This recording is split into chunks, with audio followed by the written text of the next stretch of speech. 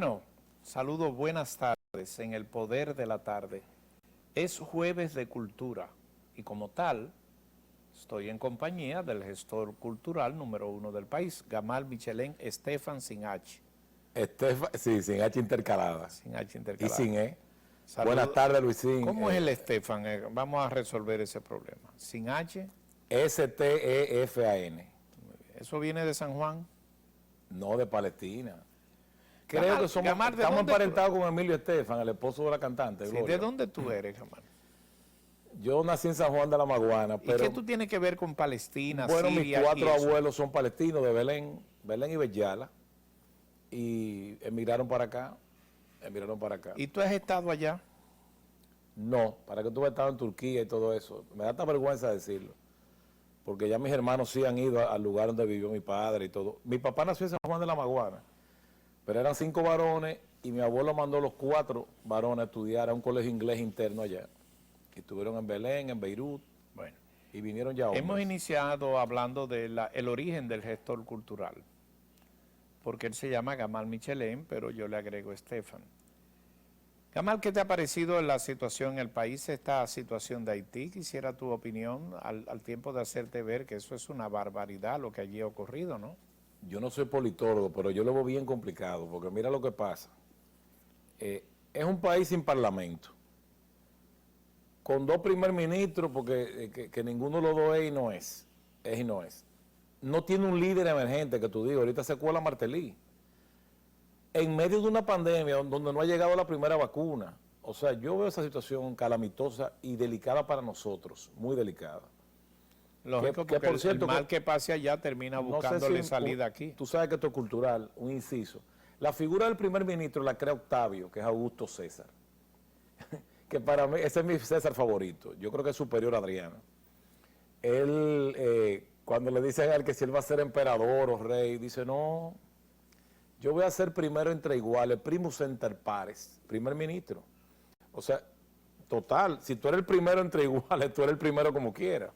Al final fue emperador después, pero César gobernó más de 30 años, a diferente a Julio César, que le pasó, yo lamento a este presidente, es una muerte tan fea, pero también a él le tocaba salir y no salió, la ambición del poder. Julio César se volvió loco, un hombre tan brillante como Julio César. Lo que pasa es que Augusto aprendió de sus errores. No sé si el tema, yo sé que me estoy saliendo. No, ¿cómo te estás entrando? Pero Esto es jueves culturales. A César lo asesinan en el Senado, espérate, el 15 de marzo del 44. El 15 de marzo era del año 44, no de 1944. No, claro, por Dios, del no, 44. Tú dices el 44 como si fuera en el 1900.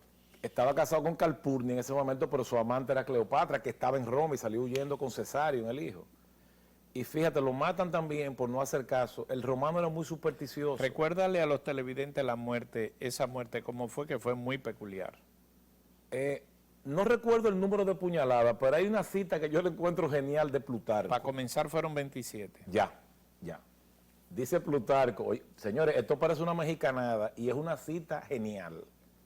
Le dieron 27 puñaladas, pero solo una fue de muerte. Parece una película mexicana.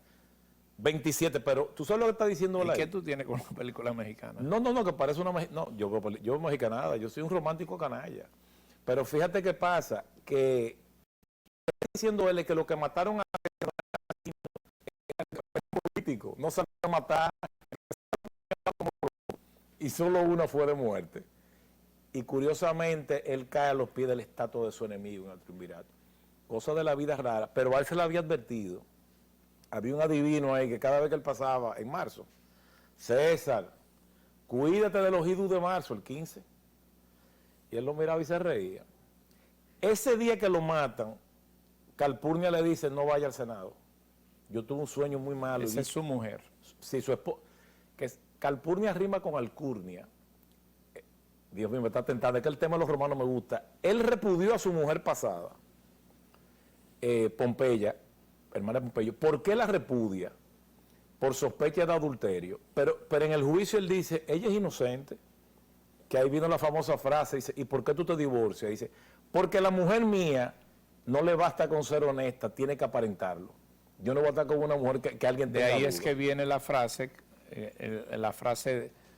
de César no es aparentarlo, es demostrarlo. No, como se utiliza técnicamente es Que no tiene solo que ser seria, seria, tiene que aparentar. tiene que aparentar. No puede haber sospecha. Y Calpurnia le dice, no vaya al Senado. Y Bruto, que está en el complot, que yo tengo una teoría, creo que mire a varias gente, no es que era hijo adoptado, yo creo que él era hijo de él y no le dio el apellido. Eso es lo que yo creo, que era un resentido, tú ves por eso. Y el caso de que Bruto va, no, la reunión de hoy es muy importante, y el de Terco fue al Senado.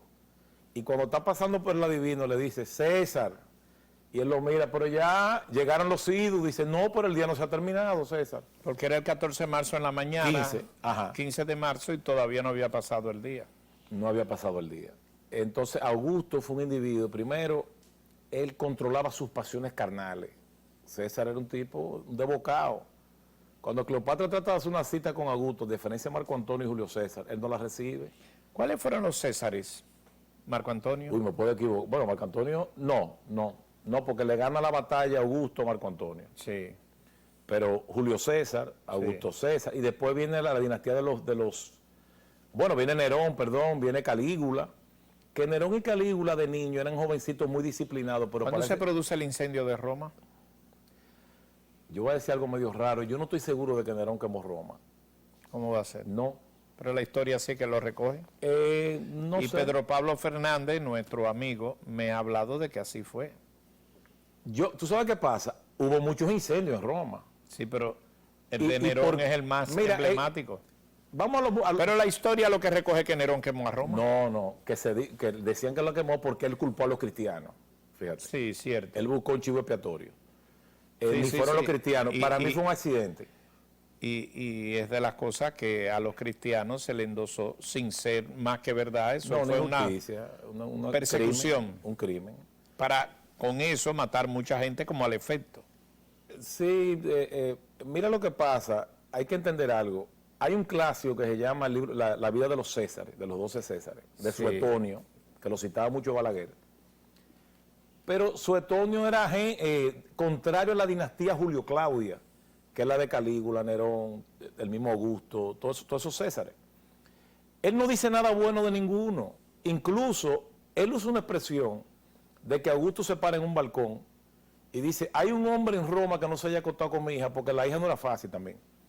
¿Tú crees que un papá, yo tengo hija, ¿tú crees que un papá Debes decir eso. No, como ¿Y de ellos cuál fue el más grande, Gamal, para ti? Mira, estamos fuera de tema y no fuera de tema, porque esto es cultural. ¿Pero quién dijo que estamos fuera de tema? Augusto. ¿Y por qué tú no, perdón, porque ahí me dicen después que nos salimos del pero ¿y guión. cuándo no Como hemos un amigo salido? tuyo me dijo un día, está fuera de guión.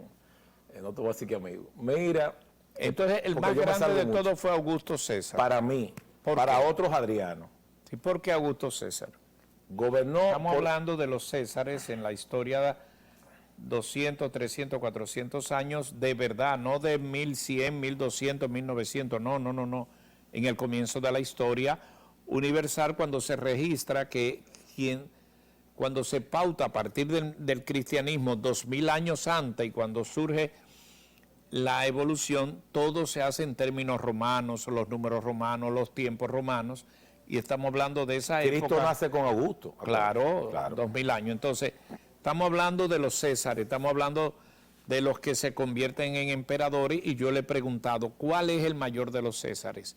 Entonces tú dices que Augusto. Para muchos Adriano, porque Adriano tuvo la virtud de que formó un sucesor, lo que no hizo Balaguer, que fue Marco Aurelio.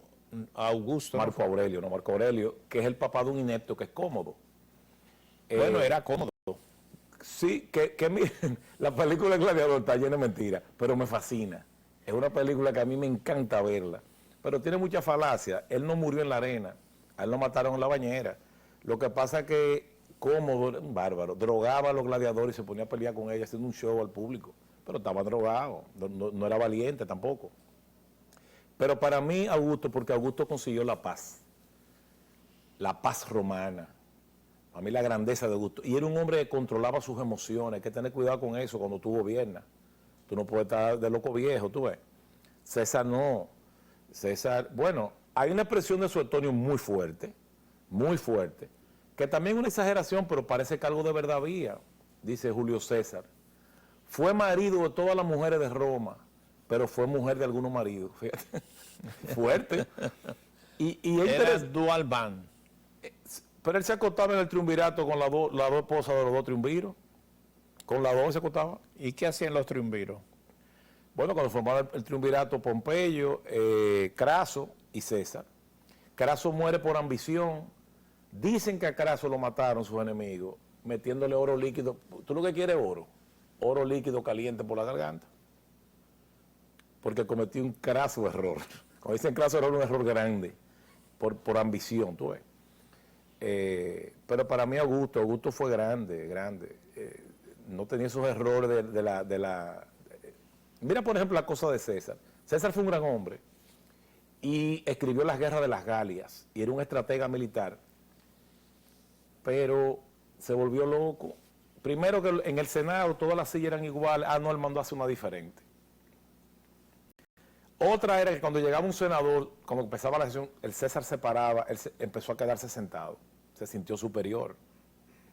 Y él empezó a irritar a los senadores. Si él hubiera sido un poquito más humilde, no pasa eso. Y cuando le dicen, fíjate, el dictador no era una figura mala, el dictador era un tipo que lo buscaban en un momento de crisis en Roma. Y él venía a dictar hasta que se resolviera la crisis y iba para su casa. Un dictador podía gobernar 10 meses, sin problema en Roma. A él lo llaman, le dicen, ¿qué tú vas a hacer? Rey. Porque hubo reyes en Roma al principio, ¿no? Hacía tiempo que estaba la república. Él dijo que no. No, yo voy a ser dictador, pero añadió una palabra, vitalicio, hasta que yo me muera. Cayó mal. Porque viejo, hasta que tú te mueras, esa es la figura que toman todos Trujillo, Fidel Castro. Hasta la victoria y hasta la muerte siempre. Hemos dado aquí historia hoy. Bien, Gamal. Perdón, un detallito de César Martos. Sí, claro.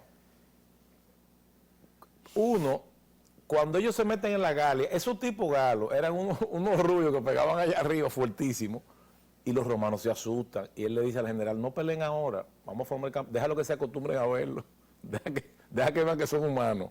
Entonces, y lo otro, que César usó una estrategia de hacer un campamento estrecho delante, para que los galos piensen que ellos son débiles y que son pocos.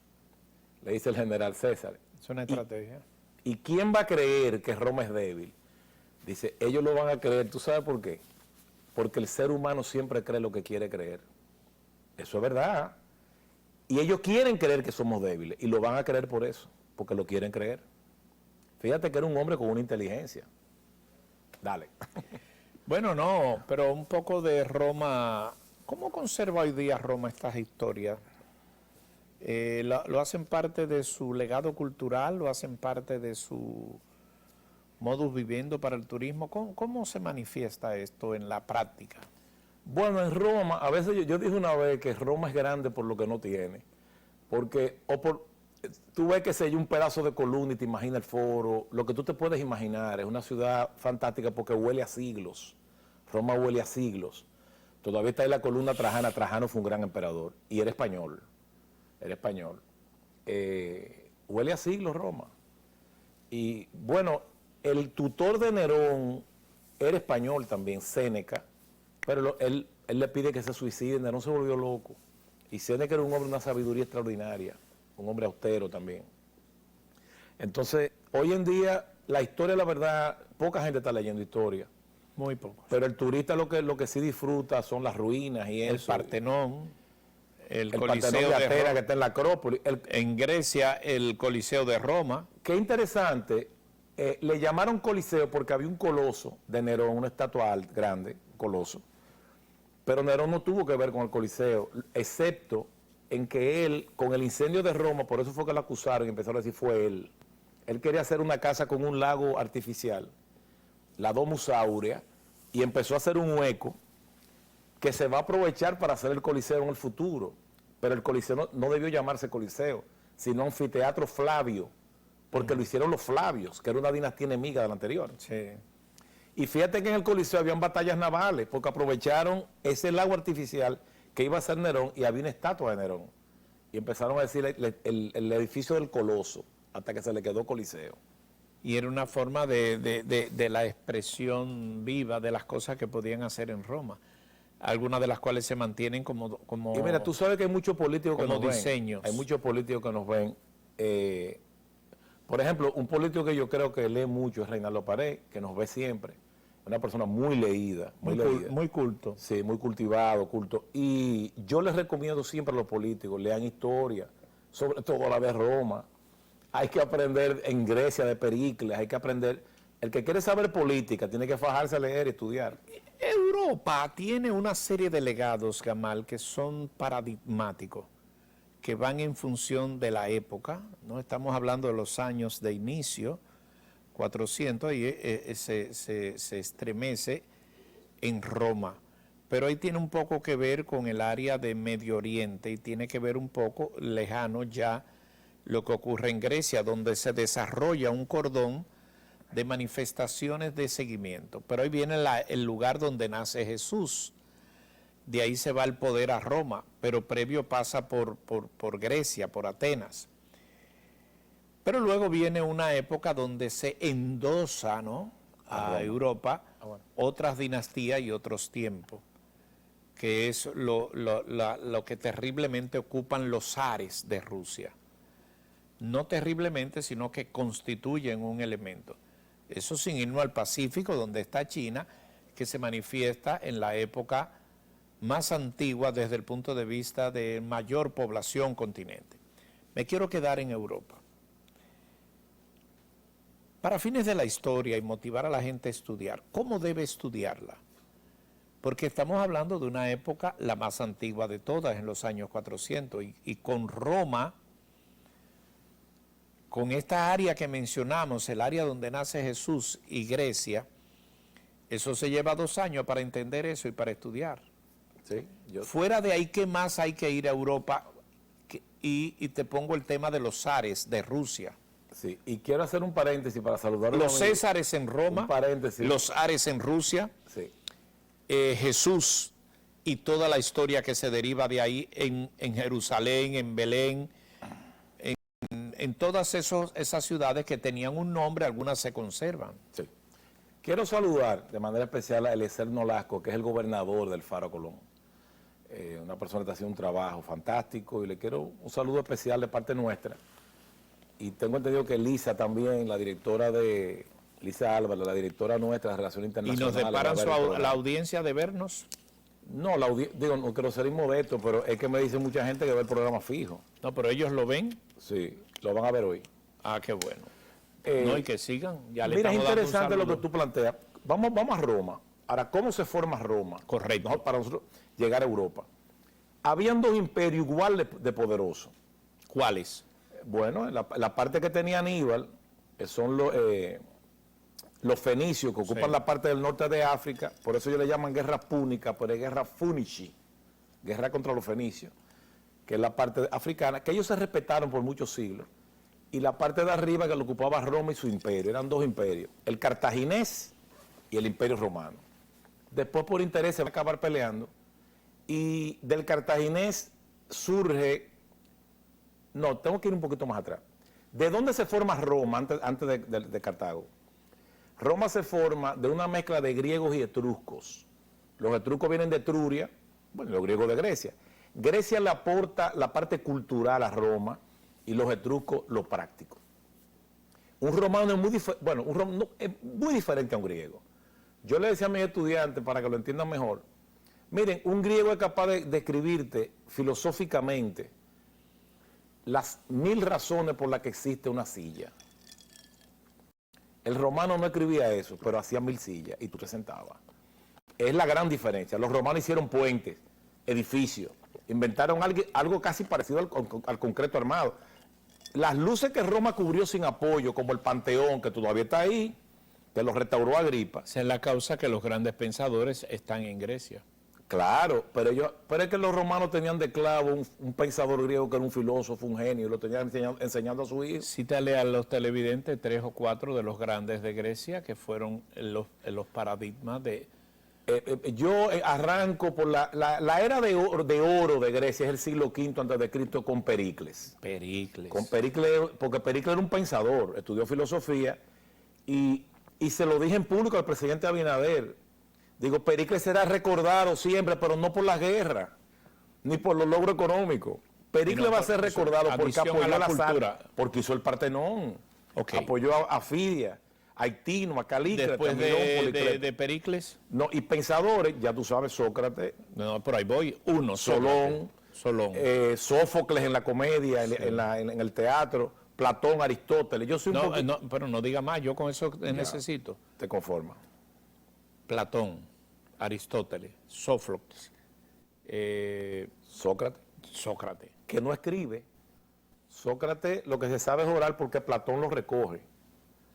¿Quién es el más grande de esos 5 para ti? Aparentemente Sócrates, porque él es que inicia. Y mira, Pero es que lo de Sócrates... yo disfruto mucho de esto que estamos haciendo. es que lo de... No, y el televidente también. Sí, sí. Pero es que lo de Sócrates es algo tan...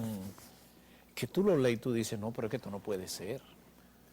Vamos a hablar de esos 5 pensadores. Y además, uno tras otro, sin entrar en legados que uno le quita al otro, ¿no? Es que eran profundos. No hay antagónicos a veces. Bueno, por las matemáticas. Por ejemplo, tú tomas... Cuando digo las religioso, matemáticas, tú es que la historia de la educación parte de ahí. tú dijiste matemáticas. Y Pitágoras. Eso era un monstruo. El del famoso teorema aquel de que el cuadrado de la hipotenusa Sí, es pero igual a eso lo llevan Pero solo un a hombre eso. brillante. Pitágoras fue mucho más de su famoso... Como lo era teorema. Arquímedes, que descubre Sí. el principio. Muchos pensadores grandes. Sócrates a mí me simpatiza mucho. ¿Por qué?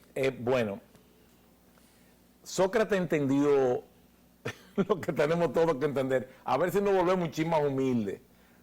Señores, nunca le digan estúpido a nadie. Miren, Sí, sí. miren, es casi infinito lo que no sabemos.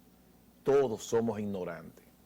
Ahora, en un contexto relativo, tú reconoces algunos genios, pero en relación a otros, lo que nos falta por aprender hasta que nos muramos es demasiado, lo cual nos hace ignorantes. ¿Y por qué qué dice Sócrates? Yo solo sé que no sé nada. Porque la única manera de tú aprender es asumiendo tu ignorancia. Eso arrogante que Sí, se pasan por ahí. esa frase esos leones de la esa es matica. la más grande. Claro. Yo solo sé Yo que no sé nada. que no sé nada. Y lo estaba diciendo Sócrates. Y ese método también, dialéctico, también de responderte con una pregunta. Bueno, te voy a citar, yo soy cristiano. Hay cosas de Jesucristo que son fascinantes. Por ejemplo, ¿es lícito dar tributo al César? Esa es una pregunta que no hay manera de responderla bien. ¿Por qué? Tú dices, no, no es lícito. Ah, es un traidor a Roma. Sí es lícito, es un traidor a los judíos. Porque está apoyando la recolección de impuestos del enemigo. ¿Y qué dice Cristo? ¿Y de quién es la imagen? Fíjate, él contesta con una pregunta. Cuando apedrean a la adúltera, por ejemplo, a la mujer adúltera, él no dijo que el adulterio estaba bien. Porque él dijo, no, pero no hay problema, el que esté sin pecado, que arroje la primera piedra. Entonces, y se quedó ahí, y se quedó ahí, y todo el mundo se fue yendo hasta que ella se quedó Pero ¿cuál era sola. la pregunta que él no responde? ¿Qué hacemos? ¿Cumplimos con la ley de Moisés y apedreamos a la adúltera? Pero los romanos prohibían a los conquistados dar pena de muerte. Lo que sea que tú respondas está contra de alguien. Él dijo, no, pero el que esté sin pecado. Ahora, fue grande cuando él le dijo, pero nadie te ha acusado, vete y no peques más. Yo no te condeno. Dime de Platón. Mira, Platón fue fantástico también. Platón te habla del mundo de las ideas. Señores, yo no soy filósofo, me gusta leer, soy un aficionado. Dime de Platón. Platón te habla del mundo de las ideas, que es el topo urano. Incluso haciendo referencia a Sócrates, él te crea el mito de la caverna, que nosotros vivimos en una caverna y lo que estamos viendo es un reflejo de la verdad. Entonces, hay grandes hombres que salen de la caverna, ahí se refería a Sócrates, y ve la realidad, no el reflejo de la realidad. Yéndonos más cerca a un pensador para mí, que lo leíamos nosotros, porque mi papá a los 14 o 15 años, esto era obligado. Había que leerlo, El hombre mediocre de José Ingeniero. ¿Tú te acuerdas? Fue en nuestra época. José Ingeniero dice, el mediocre es necesario. ¿Tú sabes por qué? De la misma manera que para tú apreciar la luz, tienes que saber que la oscuridad existe. Para tú no ser mediocre, tienes que saber que la mediocridad es una realidad. Es que nunca se puede subestimar a nadie. Entonces, fíjate qué pasa. Platón te habla del elevado que logra salir de la caverna y el otro que vive la vida viendo por reflejo. ¿Qué habla Platón? El mundo de las ideas. Por eso que la gente habla de un amor platónico. El amor yo no critico esto porque yo creo que el amor más puro que jamás existió, y lo hablé en un acto de la Embajada de Italia, porque estamos ahora en el 700 aniversario de la muerte de Dante Alighieri. Dante murió en 1321 y en el 21 ahora cumple 700 años. Y hay un homenaje a Dante. Y el amor de Dante por Beatriz Portinari, señores, es probable que Dante solo la viera una vez en su vida, no le puso la mano, es amor platónico. O la vio 2 veces tal vez. De ahí viene no el pensamiento, sino la filosofía de Platón. Sí, que el mundo de las ideas. Por ejemplo, hay un amor también que es ideal, pero no hay contacto físico. Dante te escribe, la vi una vez y la amé toda la vida. Y tú viste Hannibal cuando en Florencia él ahorca al Commendatore. La esposa del Commendatore es Alexa, y cuando están en la ópera, él se roba, para mí, claro, lo más grande de Dante es la Divina Comedia, porque la Divina Comedia es al italiano lo que Don Quijote es a nosotros. Pero ese primer soneto de la vida nueva, de la Vita Nuova, de Dante a Beatriz, ella muerta ya, porque ella muere joven y la idealiza. Un amor platónico.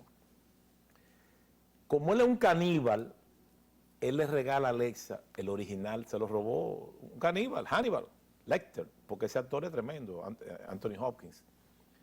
Y ella dice, ¿puede un hombre amar a una mujer así por un solo encuentro?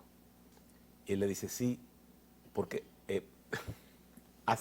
fíjate qué pasa, en ese soneto Dante le dice a Beatriz, dice de Beatriz, que de su corazón sangrando ella se alimentaba. Un acto caníbal.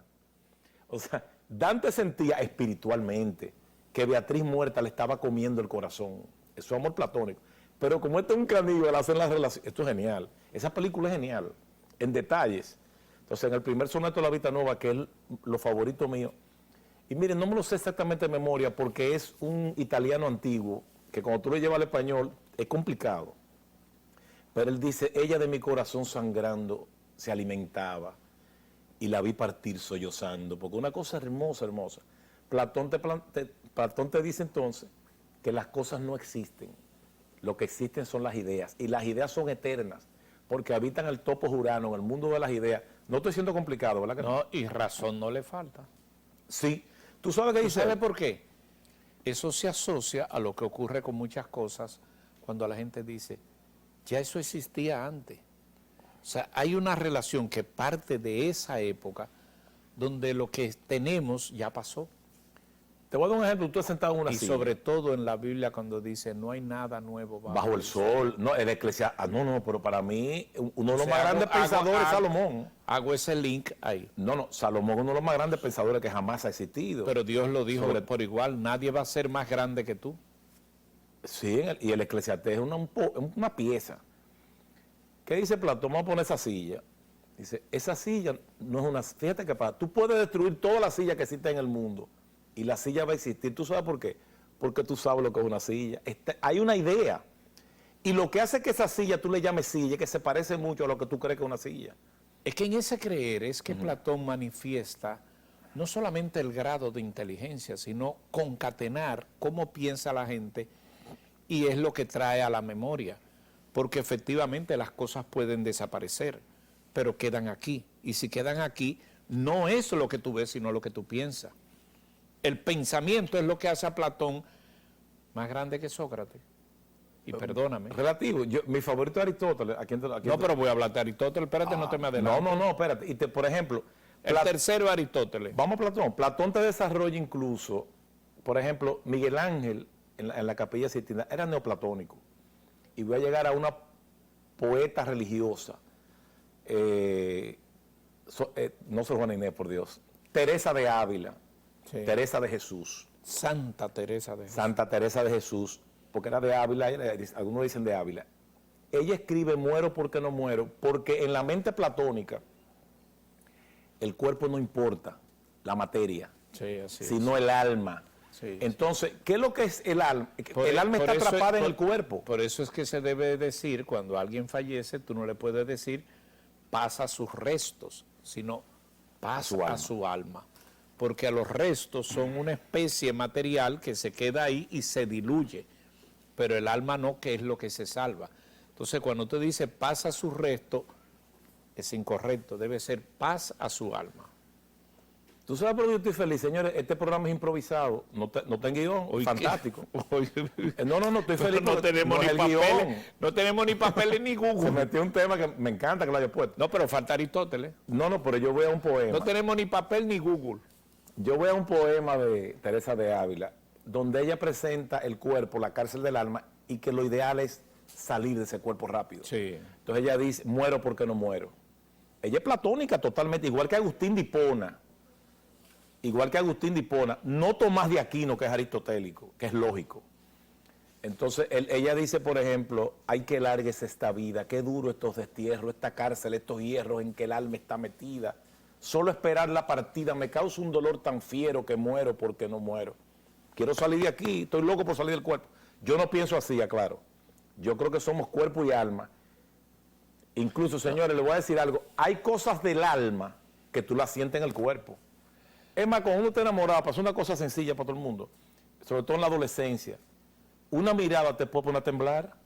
El cuerpo, una mirada. No, Sí. y te da corazoncito, te mueve el corazón, O hormiga y sí, cosas en te el da hormiga. estómago. Que por cierto, al hablar de San Agustín y Hipona y eso, estoy aprendiendo un poco porque estoy leyendo un libro que tengo, Un santo de cada día. Pero he aprendido bastante de que los santos no solamente son muchos, sino tantos por época.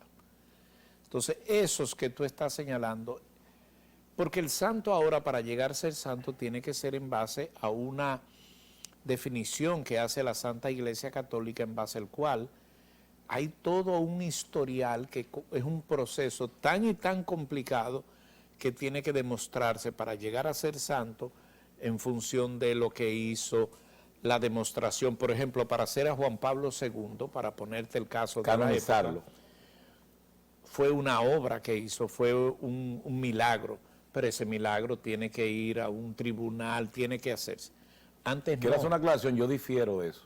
Ok, perfecto. Sin Sí, no, sin pero- discusión, no me gusta Y discutir los religión. santos que estoy leyendo ahora son los de esa época donde estaba en función de su vida, el sacrificio, moverse a un lugar, eran casados. Interesante. Pero porque fíjate que, por ejemplo- no conocía yo ese historial de esos santos que están en función no de los milagros, sino de su vida. No, y Son- además, son mira, dos el situaciones muy apóstol diferentes. Pablo escribe sus epístolas a los santos en Corintios. Para él, todo el que era cristiano era santo. Santo significa hagio. Tú dices Hagia Sophia en griego, Santa Sofía. Santo significa separado. Es un tipo que decide no vivir una Sí, vida pero mundana. una parte de él lo tiene que ver con su estancia en lo que es Corinto, el territorio. No, puede ser en Corinto, en Tesalónica. No, porque él tuvo varias cartas y esas cartas fue de su pase por ahí. Que en Corinto es donde había matigueraje también, para que sepa. Hay una doble vida y una vida impresionante, pero de ahí salen las mejores cartas, ¿eh?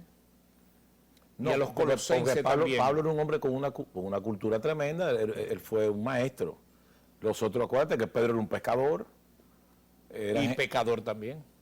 Pero Sí, sobre él se hace la iglesia. diferencia es que él lo admite. No, y sobre él se hace la iglesia. Él lloró amargamente la negación a Cristo. Primero es el que niega a Cristo. Lo más inverosímil, porque tú negar la oportunidad y negarlo 3 veces, pero después tiene el mérito de Jesús decir, sobre ti edificaré la iglesia. Tú no eres Pedro, tú eras piedra, sobre ti edificaré. Es la simbología que sobre él se construye la iglesia. Y fue alguien que lo negó. Pero más grande Saulo, que era el que perseguía. Mira, un personaje que a mí me simpatiza. Saulo fue, hasta quedó ciego, cayó, Claro. y después se convirtió en No, pero el rey David, que a mí me encanta ese personaje, los salmos tan bellos. David cometió un pecado terrible. ¿Tú sabes lo que es poner al frente de la Urías. batalla al esposo de una mujer que te Pero el gusta? caso de Urías fue David. Claro, Urías Eteo, que era un hombre bueno, inocente. Pero cuenta completa esa historia de Urías, que no solamente es que lo asesina, sino que Urías Se pone viene. mejor esto. Sí. Urías viene, pero él le interesa a la mujer. Y oye lo que dice, la mujer no quiere, porque es casada. Y él manda que lo traigan para que... No, él se acostó con ella. No, yo sé, claro. se acuesta, pero él manda que lo traigan para que él se acueste y si queda embarazado sea de él. Pero él, fiel a los principios, ni siquiera fue a su casa, se queda en la puerta. Un hombre bueno. Se queda en la puerta, no fue a su casa a acostarse con su mujer, ni a cobacharse. Quiero ir atrás todavía. ¿Por qué él se enamora de Isabel? Miren, Sí, Betsabe. señores, la mente ociosa, hay que tener algo en la cabeza. y Parece hacer que algo. eran muy bonitas, ¿verdad? Sí, Preciosas. la mamá de Salomón. Sí, Que fíjate, el hijo de ella es el que es rey. sí. Entonces, es interesante que mientras están peleando los judíos, está David paseando por los techos Sí. y se quedan viendo a esta mujer ¿Y quién es esa mujer? desnuda que se estaba... Tráiganmela. Claro, el poder. Ahora, fíjate qué pasa, él debió estar en la batalla. Sí. Yo se lo digo porque el vago es una cosa... Mira, los vagos tienen la mente ociosa. Hay muchos vagos, Gamal. Sí, sí, hay gente alérgica al trabajo. Hay gente alérgica definitivamente al Sigue trabajo. con, Parece que el papá trabajó mucho y nacieron cansados. sigue con David. O tiene la filosofía del como el negrito del batey, que el trabajo se lo deja al buey. Él la ve, la posee, o sea, se acuesta con ella y sale embarazada. Todavía él si ella no sale embarazada, él no se molesta, pero sale embarazada. ¿Y cómo va a explicar a esta mujer que está embarazada con el esposo en la guerra? Entonces le pide que venga, que se acueste con su... Mira, fue un plan malvado, tú ves. Te estoy hablando de una persona que dice la Biblia que un hombre que Dios lo amó. El plan es tan malvado del rey David. Dice, ve, acuéstate con tu esposa. Y dice, no, yo no puedo. Ve a tu casa. Sí, claro, para que ya no haya sospecha, se acostó con su esposa, lo que iba a hacer. Tenía Yo días no puedo porque mis compañeros Están están peleando. peleando. Mira qué Yo no hombre tan bueno. puedo ir a mi casa a gozar y a Y disfrutar. le dice al Y general, se quedó a dormir. ponlo en la parte caliente de la batalla, ya que lo No, no, maten. entonces él se queda esa noche, no pasa nada, duerme ahí en el mismo palacio, entonces se va al combate y entonces le manda a decir, póngalo en el frente de combate. Pero mira, yo voy a llegar a un tema político ahora. Señores, vamos a darle consejo a los políticos. Sí. Ya yo tengo un cargo ahora. Los políticos tienen que escuchar, porque el poder ciega, tienen que escuchar. David lo dejó, no le dio mente por un año casi. No le dio. Por eso viene el Salmo 51, que él dice, mientras que allí envejecieron mis huesos. No le dio mente hasta que viene el profeta. Y le hace una historia etérea de que había un hombre con mucho ganado y se antojó de la corderita de un hombre y se antojó de ella y la cogió y la mató y qué sé yo. Hoy David se indigna, dice, ese hombre es digno de muerte. Y él le dice, tú eres ese hombre. Fíjate, no le tuvo miedo al rey. Señores, el que está en el poder necesita quien lo critique. Porque me estaba diciendo Carolina de un cuadro que te le regalaron a su papá, creo que el maestro Viedo, a Hipólito, yo creo mucho Hipólito Mejía, el presidente, que se llama Los Lambones, que tiene su característica. No, tú sabes qué pasa. El del poder no se puede volver loco oyendo las cosas que le dicen, Tú tienes que oír lo negativo. Por eso es que los grandes generales, cuando venían de una batalla que estaba Roma aclamándolo, tenía un aurí al lado que le decía, tú te vas a morir un día, acuérdate. O sea, cógelo suave. Y eso es interesante porque este profeta enfrenta al rey David y David se desploma. Sí. Y escribe un salmo, de verdad es un salmo conmovedor. 51. Salmo 51. Dice, hasta en pecado me concibió mi madre, recrea los huesos que has abatido. Él sentía un pesar en los huesos. Entonces, y fue tan grande ese pecado que Dios no le permite hacer templo a él. No se lo permite. Tu mano está manchada de sangre. Sí. Oye, hemos hablado de No, todo. y se lo pero esto recordaron. está No, y muy después bueno. vamos a hablar el jueves que viene de Isaías, en el 60, cuando Dios Tremendo, y Jeremías, son profetas. amanece sobre ti. Oye, pero pero para acabar con- con la Biblia aquí en el tema. De los Césares romanos. Falta Aristóteles, perdón. Vamos a Aristóteles. Pero me interesa. cuando dice Dios amanece sobre ti, cuando el aura, cuando en Isaías 60. No, libro bello. Isaías es un libro hermoso también. No, Isaías es otra cosa. Vamos a concluir esta conversación. Dime de Aristóteles. Mira, Aristóteles, yo tengo una simpatía especial por él. Aristóteles que instituye la lógica. Para romper el ambiente, puedo hacer un chiste de lógica. Claro. Y es bueno, un chiste bueno. Digo, pues ríete porque la pasó mal. El profesor de lógica era un tipo nerd, es un tipo Nerd, tonto que es. Explica lo que es nerd. Nerd, el tipo, vamos a hablar de la época de antes, un pariguayo. Sí. Y el caso es que el profesor llega... Un tonto. Sí, con este tono de voz. Buenos días, hoy empezamos a los alumnos nuestra clase de lógica y se preguntarán, ¿y qué es la lógica? Y la verdad que el chiste te explica lo que es la lógica. Bueno, la lógica es una especie de ciencia deductiva. Vamos a suponer que A es igual a B y que B es igual a C. Por lógica, A es igual a C. ¿Ustedes entendieron? Sí. ¿Alguien puede aquí por lógica decirme mi edad? Y un tipo levanta la mano y dice, profesor, usted tiene 44 años. Y dice, increíble, esa es mi edad. ¿Cómo usted lo dedujo? Dice, tengo un primo que es medio idiota y tiene 22.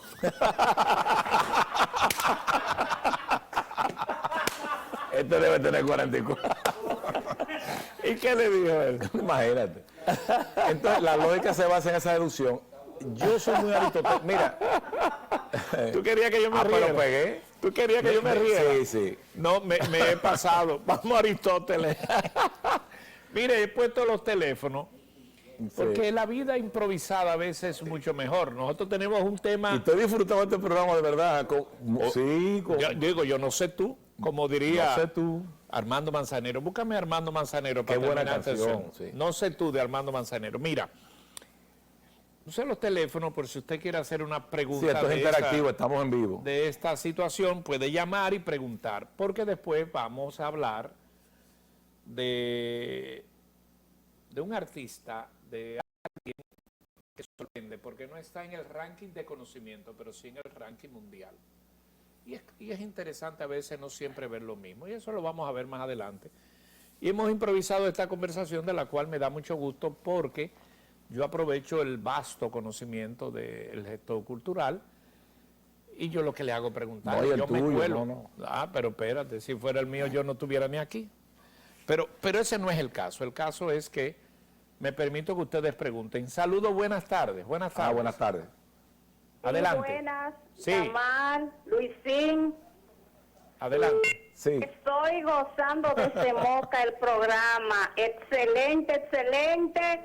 Y un bravo para ustedes. Un programa sin desperdicio. Dios le bendiga. Amén, amén. Muchas gracias. Y mire, valiente los mocanos. Hay que matar a los presidentes aquí. yo no quería decir, pero la verdad es que totalmente, no improvisado, sino que no era ese el guión de hoy. El tema está ahí todavía. Sí, pero lo hacemos. Pero mira, todo está bien. Sí. Entonces, un pedacito de Sófocles. No, lo de Sófocles es la comedia, la tragedia, perdón. Incluso hay una palabra, tú sabes que la palabra hipócrita es griega, casi todo es griego. Es hupocriteis, es el hombre tras la máscara, que es lo que nosotros aprendemos con los años. Fíjate que los niños meten mucho la pata y Joan Manuel Serra le llama a los locos bajitos. Un niño es un loquito. No por mal, porque el pobre no sabe ser hipócrita todavía. Sí. Mafalda representa una niña que por su corta edad no ha aprendido bien la hipocresía. No la ha aprendido, le falta más malicia. Sí, más pero malicia. él es la interpretación de la vida, para decirlo de una forma, Sófocles. Sí, y fíjate, sí, la tragedia griega. La tragedia. Pero eso es interpretar la vida. Y hay muchas historias de eso. Pero antes una llamada, una más. Claro. Saludos, buenas tardes. ¿Sí? Tardes. Adelante.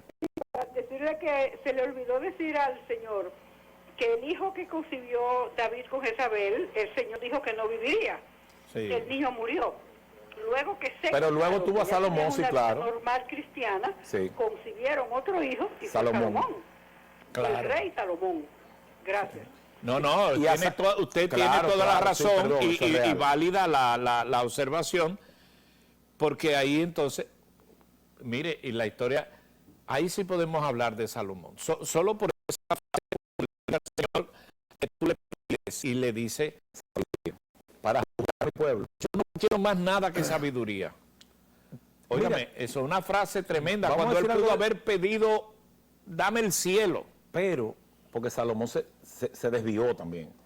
Todos se desviaron. David se desvió, mató a la esposa de Urías. Salomón como tenía tantas mujeres, Salomón se vuelve loco y, No, y tiene el dolor, digo, tú y sabes, tiene un harén. Yo sé lo que es esa experiencia. Y Dios le Pero dio su todo. hijo muere, no, mi hijo murió en paz conmigo, claro. Pero en el caso de él, oye, Absalón, que el que le da la noticia cree que se va a alegrar, y él lo que hizo fue endechar, o sea, por Absalón su hijo. David sufrió. Y vamos a llegar a Salomón porque me interesa, ahora que ya la señora tiene razón. Un momentico. Saludos, buenas perdón, otra tardes. llamada. ¿Sí? Y a Aristóteles me falta algo. Buenas tardes. Mi nombre es Franklin Espino, estoy llamando para felicitar de verdad este programa. Yo hacía mucho tiempo que 15 minutos viendo un programa y la verdad felicito tanto a Luisín como a la producción. Excelente programa y los felicito. Muchas gracias, mi amigo. Y además, escuchando el timbre de su voz, me indica que es una persona joven y eso es estimulante que a ustedes les guste esto. Saludos, buenas tardes. Buenas tardes. Sí, dígamelo. Sí, Buenas. sí, buenas tardes. Sí, adelante. Felicitar a los señor Luisín y el viceministro Amati. ¿Aló? Sí, Esa sí, voz me sí, es conocida. Adelante. Sí, dígalo. ¿Quién nos habla? ¿Sí me escucha? Sí.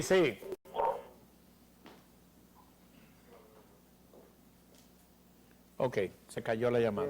Mi nombre es Luis. Ah, está ahí. Sí, dígame a ver. Esta programación que tú estás llevando desde el comienzo cada día, te compararía con una empresa sabor y cultura. Es buena la cultura que tú estás llevando de esa programación. Bien, gracias. Ah, muy bien, qué bueno que le Gracias a gusta ti. la programación de cada día, sí, porque cada día aquí en el programa hay una oferta diferente. Fíjense que quiero aprovechar para decirle que lo que trato de hacer es buscar el talento que me acompaña. Y si ustedes se dan cuenta, sin ninguna pretensión, yo simplemente soy el conductor, pero el talento que tengo para cada día son verdaderamente a quien yo no los hago sentir bien, a quien yo les saco el conocimiento.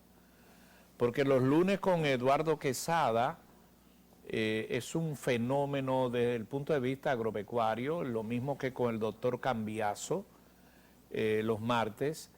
Los miércoles estoy trabajando para crear un ambiente de turismo, eso va a ser abierto, ¿no? Y ahí me va a asesorar Pedro Pablo Fernández. Los jueves es Gamal en Cultura y los viernes es Eugenio Pérez en la música. Esa es la idea, pero nos gusta que ustedes participen y pregunten. Una última pregunta de esta etapa para entonces venir al tema que teníamos programado. Pero para yo hoy. dejé a Aristóteles en el aire y quiero decir algo después. Vamos a Aristóteles entonces. ¿Hay una llamada? Sí. Saludos, buenas tardes. Saludos, buenas tardes, Luisín. Pocas veces uno logra un manjar de programa como el que ustedes están haciendo. Gracias. Le habla Giovanni Jerez, actor egresado de Bellas Artes, Ah, sí. comediante de la televisión, desde Don Freddy Barajoy Pisolenco, el show del mediodía, y de verdad que es muy disfrutable este programa.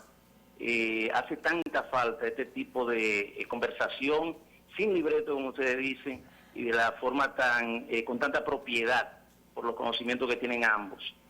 Me gustaría que, si es posible, y si no lo han tocado, digan algo breve de Eurípides, de Sófocles, el genial Sófocles, con su magistral obra Edipo Rey. Un abrazo. Pero Sí, ven acá, sí. muy No, bien. espérate, que me provocaste. No, Gracias. sí, Buena ya intervención. ahora nos vamos. Muy bien. Mira, el tema de Edipo, interesantísimo. Ellos trataron muchos temas y complicados. Por ejemplo, el caso de Medea, Sí. que mata a sus hijos por celo, bueno, a sus propios hijos. Lo de Edipo es fantástico. El papá de Edipo va al oráculo. Esto es interesante, porque Freud lo va a analizar como el complejo de Edipo y Carl Jung en psicología nos va a presentar el complejo de Electra, que es otro personaje, que es la que por amor a su padre mata a su madre. Edipo va a matar a su padre sin saberlo. El papá de Edipo va al oráculo, el oráculo le dice bueno, que él iba a ser rey, pero que él iba a matar a su propio padre y se iba a casar con su madre, al papá. Y el papá manda a matar al niño. El niño era tan hermoso que lo llevan a un monte y este señor se apiada y se los da a una gente. No tuvo el valor de matar a un bebé. Pasa el tiempo, el papá de Edipo reinaba en Tebas, casado con Yocasta, su madre. Edipo llega a las puertas de Tebas, porque fíjate qué pasa, Edipo averigua su destino y sabe que es de Tebas y va a buscar su destino sin saber esa parte, porque lo sabe el padre. Él llega a la puerta de Tebas, donde su padre es rey, y Yocasta, su esposa, se encuentra con la esfinge, una esfinge diabólica.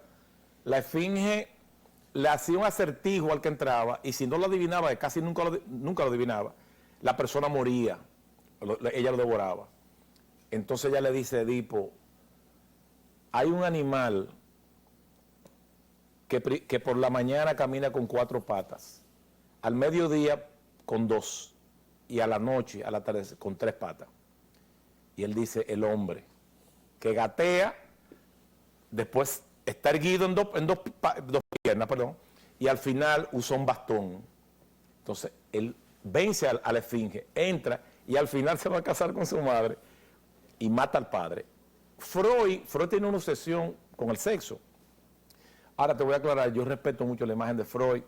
Yo tuve una etapa que me mortificaba mucho los sueños, y hay que leer a Freud en los sueños. Yo sé que ahora la psicología moderna, pero yo no, lo mío no es moderno, lo mío es que yo leo lo que yo leo, lo que No me gusta. psicología moderna. Yo creo lo que yo creo. Psicología emocional, la inteligencia Está emocional. bien. Y el caso es que él crea el complejo de Edipo, que hay una etapa en que el niño se enamora de la madre. Y es fundamental en la historia. Y eso Se trae enamora de la otras, madre. secuelas de otras Pero historias. esas son tragedias griegas, Sí, son tragedias. como lo es Medea. Por eso es que yo sitúo a Grecia. Que perdón, mira, la Medea la llevó al cine.